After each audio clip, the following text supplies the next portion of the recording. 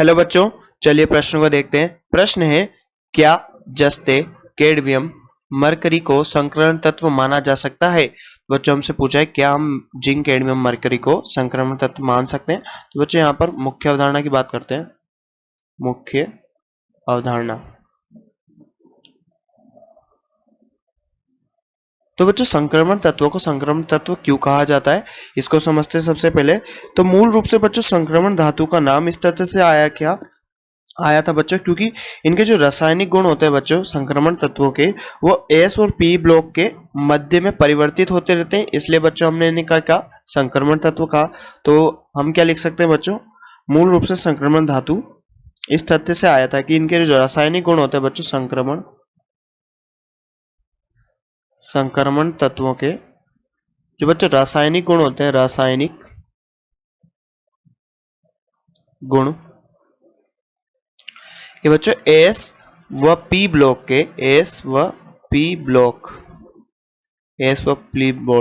के मध्यवर्ती के मध्य परिवर्तित होते बच्चों के मध्य परिवर्तित होते रहते हैं।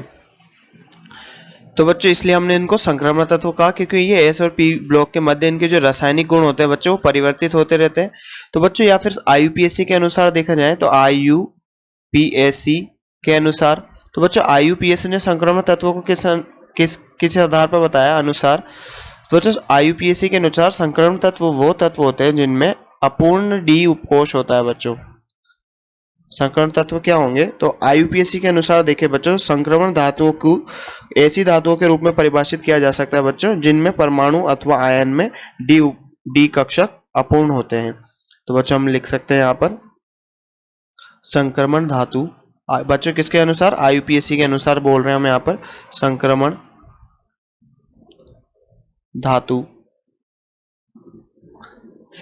धातुओं को ऐसी धातुओं के रूप में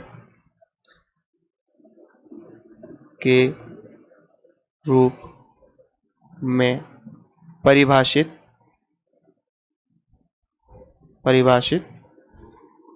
किया जा सकता है जिनके परमाणु या तो बच्चों परमाणु अवस्था में हो या बच्चों आयनीकृत अवस्था में हो, अथवा हम बोल सकते हैं आयन में डी कक्षक बच्चों क्या हो, अपूर्ण होते हैं। तो बच्चों हम उन्हें क्या कहेंगे, उन्हें हम संक्रमण तत्व कहेंगे। अब बात करें बच्चों वर्ग नंबर 12 की, जिसमें जिंक, कैडमियम, मरकरी आते हैं, तो इस वर्ग की बात करें बच्चों वर्ग 12 की बात करते हैं यहाँ पर वर्ग 12।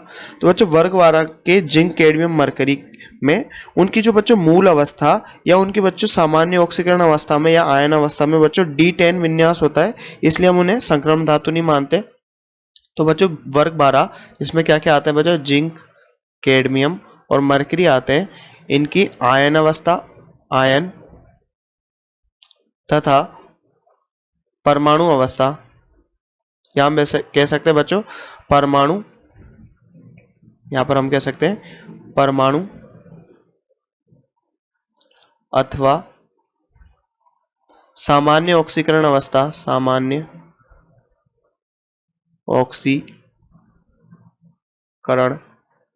अवस्था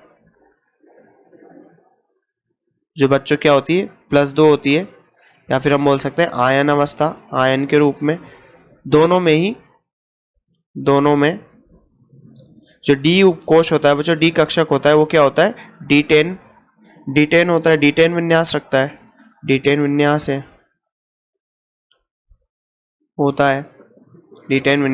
होता है दोनों में, इसलिए हम बच्चों इन्हें क्या नहीं इसलिए हम बच्चों यहाँ पर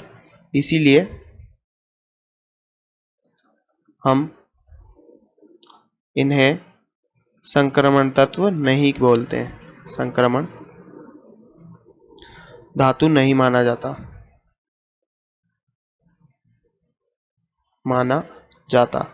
परंतु यहाँ पर बात करें बच्चों, क्योंकि ये ना यहाँ पर इनके जो अंतिम कोश होते हैं फिर भी क्रमश 3D, 4D और 5D संक्रमण श्रेणियों के बच्चों ये अंतिम सदस्य होने के साथ हम इनको बच्चों संक्रमण तत्वों के साथ इनका अध्ययन कर लेते हैं। तो बच्चों इनका अंतिम कोश 3D, 4D और 5D सीरीज के बच्चों ये श्रेणी के अंतिम सदस्य होते हैं। अंतिम सदस्य होने के कारण बच्चों हम इन्हें संक्रमण तत्वों के साथ इनके रासायनिक गुणों का अध्ययन कर लेते हैं। सदस्य होने के कारण बच्चों हम इनका संक्रमण तत्वों के साथ रासायनिक गुण देख लेते हैं। संक्रमण तत्वों के साथ रासायनिक गुण देख लेते हैं। रासायनिक गुण देख लेते हैं। तो बच्चों जैसा कि हमसे प्रश्न में पूछा गया था कि क्या जस्ते यानी जिंक, कैडमियम और मरकरी को संक्रमण तत्व माना जा सकता है, तो बच्चों हम कहेंगे नहीं, हम इन्हें ये संक्रमण तत्व नहीं मानते। फिर भी इनका जो 3D, 4D और 5D श्रेणी के अंतिम सदस्य होते हैं, इसलिए हम इन्हें संक्रमण तत्वों के साथ इनके रासायनिक गुणों का अध्ययन कर लेते हैं। परंतु हम यहाँ पर कह सकते हैं कि इन्हें हम संक्रमण तत्व नहीं मानते। तो बच्चों आशा करते हैं आपको प्रश्न समझ में आया होगा। धन्यवाद।